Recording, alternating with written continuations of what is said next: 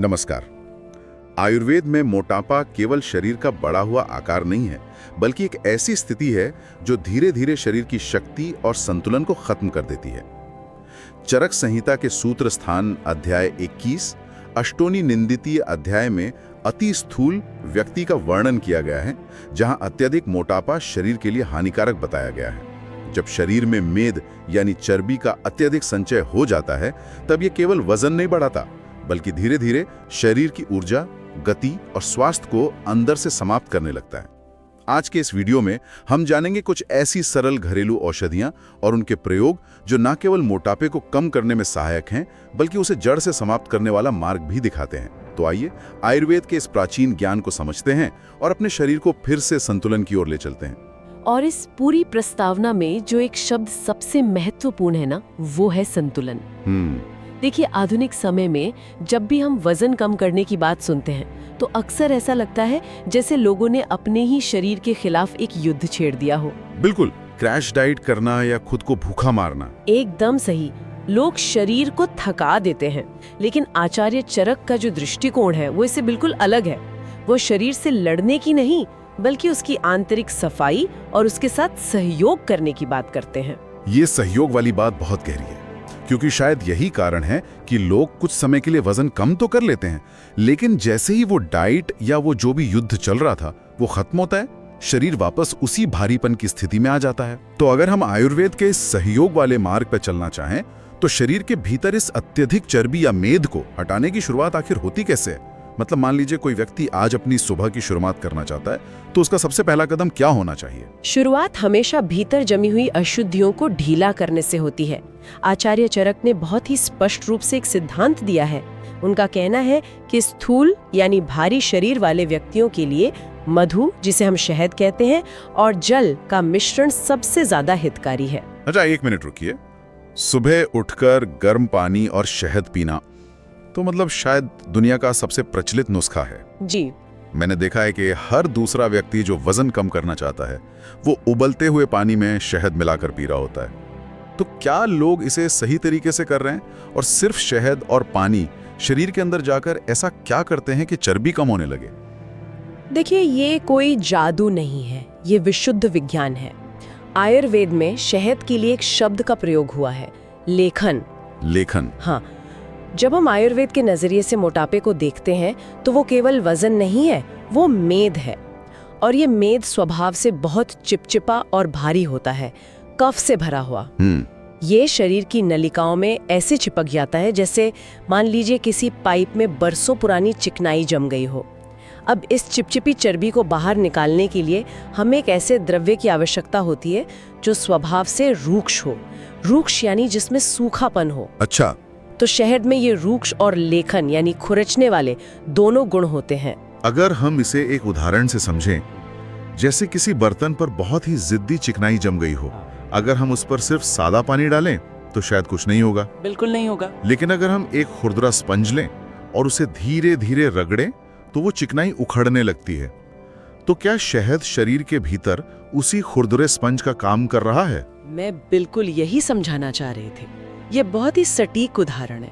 शहद ठीक उसी स्पंज की तरह शरीर की आंतरिक नलिकाओं में जमी हुई वसा को धीरे धीरे खुरचता है। लेकिन आपने अभी जो उबलते हुए पानी वाली बात कही थी ना, वो एक बहुत बड़ी और बहुत खतरनाक भ्रांति है। अरे, मतलब खोलते पानी में शहद डालना गलत है? लोग तो चाय की तरह पीते हैं इसे। ये सिर्फ गलत नहीं है, बल्कि आयुर्वेद के अनुसार ये विष के समान हो जाता है। विष? जी हाँ। आचार्य चरक बहुत स्पष्ट चेतावनी देते हैं कि शहद की प्रकृति ऐसी है कि अत्यधिक ताप के संपर्क में आते ही इसके औषधीय गुण नष्ट हो जाते हैं। गर्म होने पर शहद शरीर में आम उत्पन्न करता है। आम मतलब टॉक्सिन्स? बिल्कुल। विषैले तत्व। और ये टॉक्सिन्स नलिकाओं को और ज्यादा ब्लॉक कर देते हैं। यानी जिस मोटापे को कम करने के लिए लोग ये पी रहे हैं वो उल्टे और ज्यादा जटिल हो सकता है। इसीलिए जल केवल गुनगुना होना चाहिए, बस शरीर के तापमान के आसपास। सुबह खाली पेट 1 गिलास गुनगुने जल में 1 चम्मच कच्चा शहद। चलिए मान लेते हैं कि गुनगुने पानी और शहद ने उस खुरदुरे स्पंज का काम किया और शरीर के भीतर जमी उस जिद्दी चर्बी को खुरचकर ढीला भी कर दिया।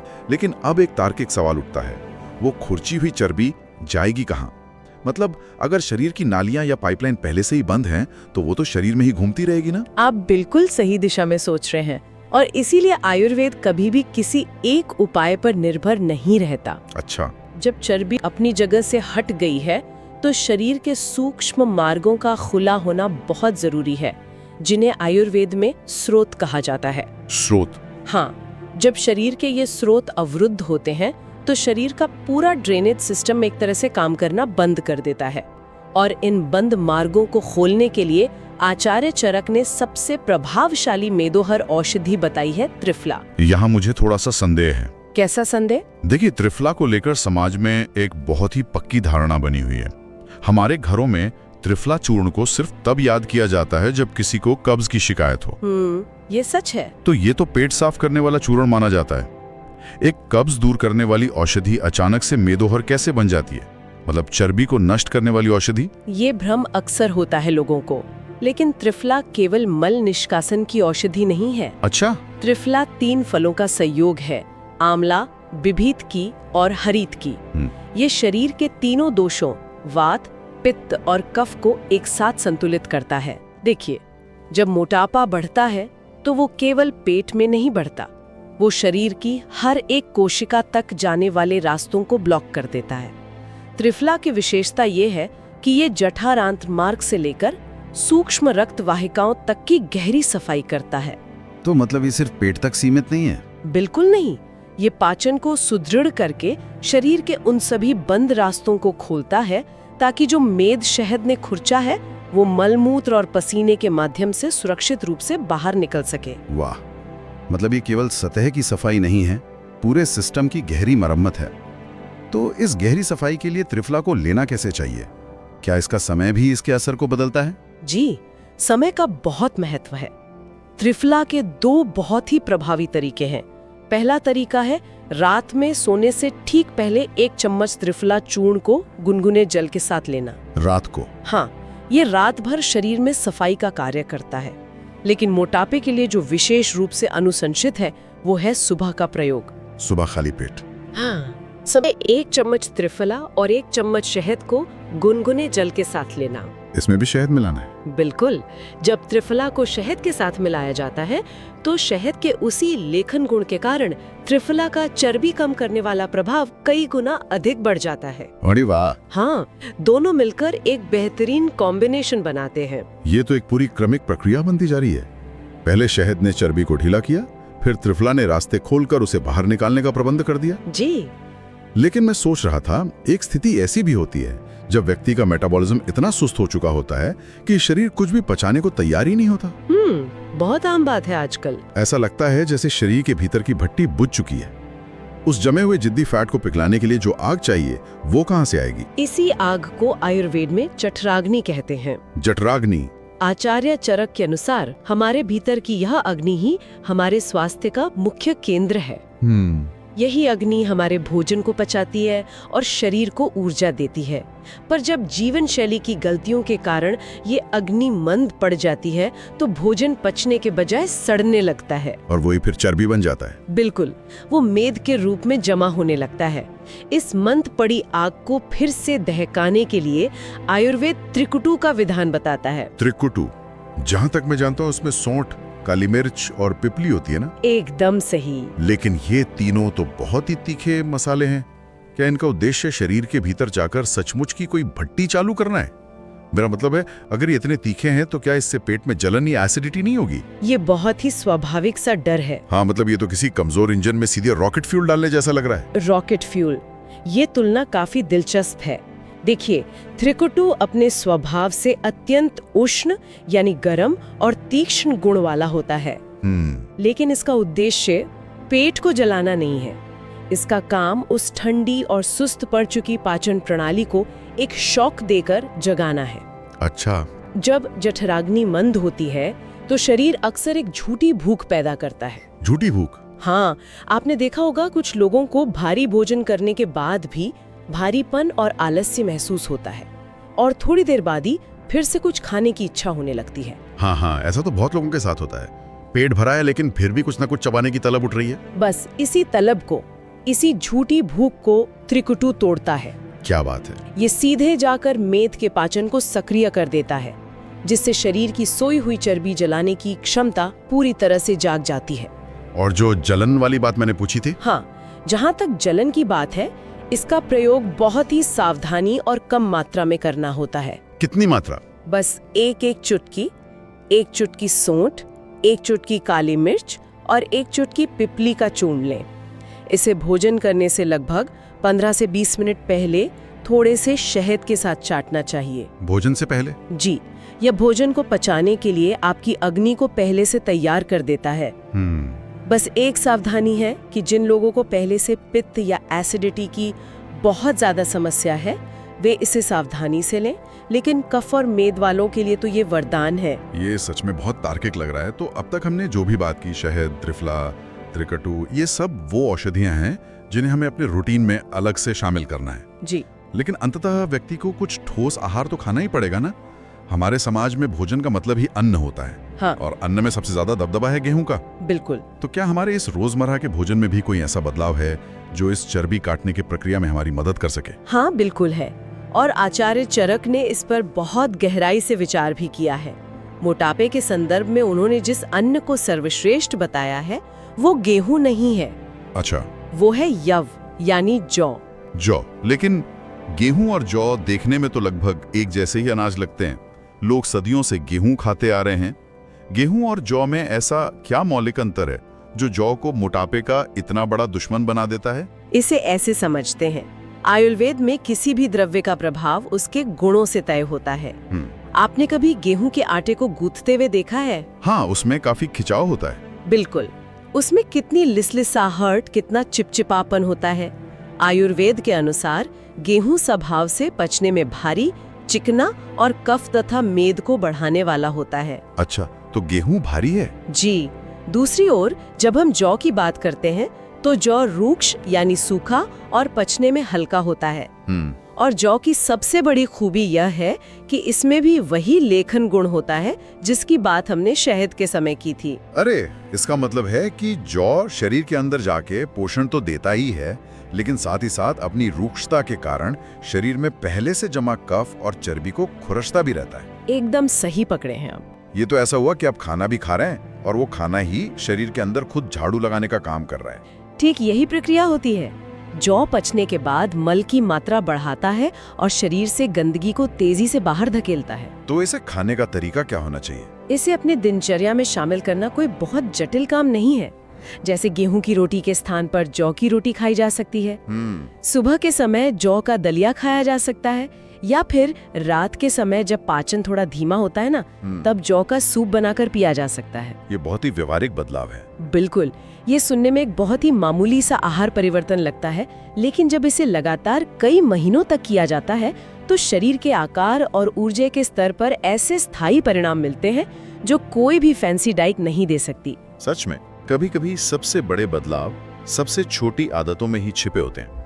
तो चलिए, हमने शरीर के भीतर सब कुछ ठीक कर लिया। जी। शहद से सफाई शुरू की, त्रिफला से रास्ते खोले, त्रिकटु से अग्नि जलाई और जौ से सही आहार देना शुरू कर दिया। लेकिन एक समस्या अभी भी बाकी है। कौन सी? वो चर्बी जो पेट के आसपास, जांघों पर या बाहों के नीचे, त्वचा के ठीक नीचे बहुत कठोर रूप में जम चुकी है। हाँ, जिसे लोग स्टबर्न फैट कहते हैं। बिल्कुल। क्या शरीर के बाहर से भी इस चर्बी पर प्रहार करने की कोई विधि आचार्य चरक ने बताई है? क्योंकि मालिश के बारे में तो हम सब जानते हैं, पर वो तो अक्सर शरीर को आराम देने के लिए की जाती है ना। आपने बिल्कुल सही जगह ध्यान दिलाया है। तेल की मालिश, जिसे आयुर्वेद में अभ्यंग कहते हैं, वो वात को शांत करने और शरीर को पोषण देने के लिए होती है।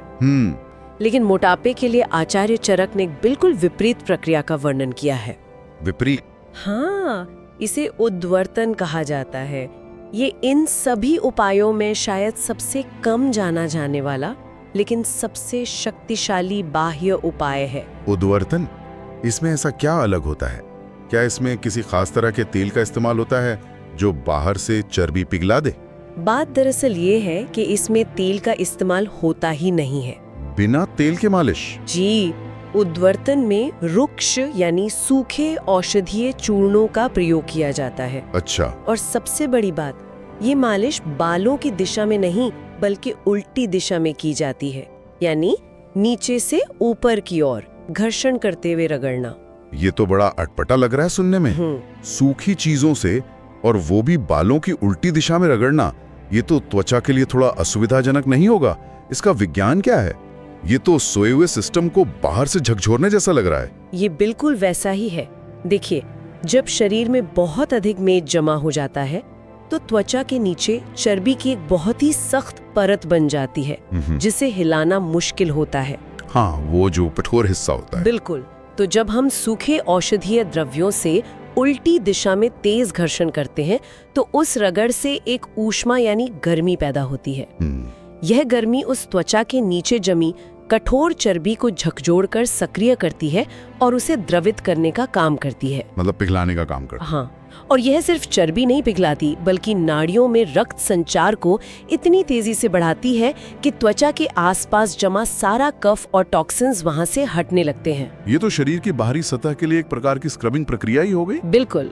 तो लोग इस उद्वर्तन विधि का प्रयोग घर पर आसानी से कैसे कर सकते हैं? इसके लिए कोई खास जड़ी बूटियां लानी होंगी? नहीं, इसे घर पर करना बहुत ही सुलभ है। कैसे? आप बेसन लें, उसमें थोड़ा सा सौंठ का चूर्ण और थोड़ी सी हल्दी मिला लें। इन तीनों का एक सूखा मिश्रण तैयार कर लें। अब प्रतिदिन स्नान करने से 10-15 मिनट पहले इस मिश्रण को शरीर पर लगाएं। पैरों से शुरू करते हुए हृदय की दिशा में और हाथों से शुरू करते हुए कंधों की दिशा में, यानी नीचे से ऊपर हल्के हाथों से दबाव डालते हुए मालिश करें। और उसके बाद स्नान कर लें? जी, इसके बाद सामान्य रूप से स्नान कर लें। आप देखेंगे कि नियमित प्रयोग से न केवल वो जिद्दी चर्बी पिघलती है, बल्कि त्वचा पर एक बहुत ही अद्भुत निखार आता है। ये तो सच में एक बहुत ही संपूर्ण दृष्टिकोण है। भीतर से भी सफाई, अग्नि का प्रज्वलन, सही आहार और बाहर से भी चर्बी पर सीधा प्रहार। ये पांचों उपाय वास्तव में हजारों वर्षों से परखे हुए हैं। लेकिन मुझे लगता है कि आज की पीढ़ी को जो इंस्टेंट रिजल्ट या जादुई गोली की आदत पड़ गई है ना, उन्हें ये समझना होगा कि ये उपाय रातों रात चमत्कार नहीं करते। बिल्कुल सही कहा आपने, और यही सबसे बड़ा संदेश है जो लोगों को समझना चाहिए। मोटापा एक दिन में शरीर में नहीं आया है, इसमें महीनों या शायद वर्षों की असंतुलित जीवन शैली लगी है। हाँ, गलत खान पान और शारीरिक निष्क्रियता। जी, इसलिए यह उम्मीद करना कि कोई भी जड़ी बूटी इसे एक सप्ताह में गायब कर देगी, यह प्रकृति और अपने ही शरीर के साथ अन्याय होगा। बिल्कुल। आयुर्वेद हमें यही सिखाता है कि शरीर कोई मशीन नहीं है जिससे आप लड़ें। यदि नियम, धैर्य और निरंतरता के साथ इन उपायों को अपनाया जाए तो शरीर स्वाभाविक रूप से अपना संतुलन वापस पा लेगा। ये बहुत ही आश्वस्त करने वाली बात है कि हमें अपने शरीर को सजा नहीं देनी है, बल्कि उसे सही रास्ते पर वापस लाना है। जी, और इस पूरी चर्चा के बाद एक विचार जो मन में बहुत गहराई से आ रहा है। क्या? देखिए, आज का आधुनिक विज्ञान जिन जटिल प्रक्रियाओं को जैसे basal metabolic rate, fat oxidation और लाइपोलिसिस को बड़ी-बड़ी प्रयोगशालाओं में अब जाकर समझ रहा है। कितनी अद्भुत बात है कि आचार्य चरक ने हजारों वर्ष पूर्व ही बिना किसी आधुनिक मशीन के उन सभी प्रक्रियाओं को जठराग्नि, स्रोतोरोध और लेखन जैसे सरल लेकिन बेहद सटीक शब्दों में सूत्रबद्ध कर दिया था। सच में, और ये हमें याद दिलाता है कि आयुर्वेद केवल बीमार होने पर दवा खाने की पैथी नहीं है। ये जीवन को उसके सर्वोत्तम रूप में प्रकृति के नियमों के साथ तालमेल बिठाकर जीने का एक शाश्वत विज्ञान है। क्या अद्भुत विचार हैं। प्राचीन ज्ञान और वैज्ञानिक तर्कों का ये संगम वास्तव में हमें बहुत कुछ सोचने पर विवश करता है। बिल्कुल। हम आशा करते हैं कि इस डीप डाइव के माध्यम से जो जानकारी आज साझा की गई है वो श्रोताओं के लिए मूल्यवान, व्यावहारिक और स्वास्थ्यवर्धक सिद्ध होगी। यदि इस गहन चर्चा से लोगों को अपने स्वास्थ्य की दिशा में कुछ प्रामाणिक और नया सीखने को मिला है तो इसे लाइक करें, सब्सक्राइब करें और सबसे महत्वपूर्ण बात, इसे उन लोगों के साथ अवश्य शेयर करें जिन्हें आज के समय में बिना डरे सही और सुरक्षित मार्गदर्शन की आवश्यकता है। ऐसा करके हम सभी मिलकर आचार्य चरक के इस महान ज्ञान को आगे बढ़ाने में अपना योगदान दे सकते हैं। अपना ध्यान रखें, स्वस्थ रहें।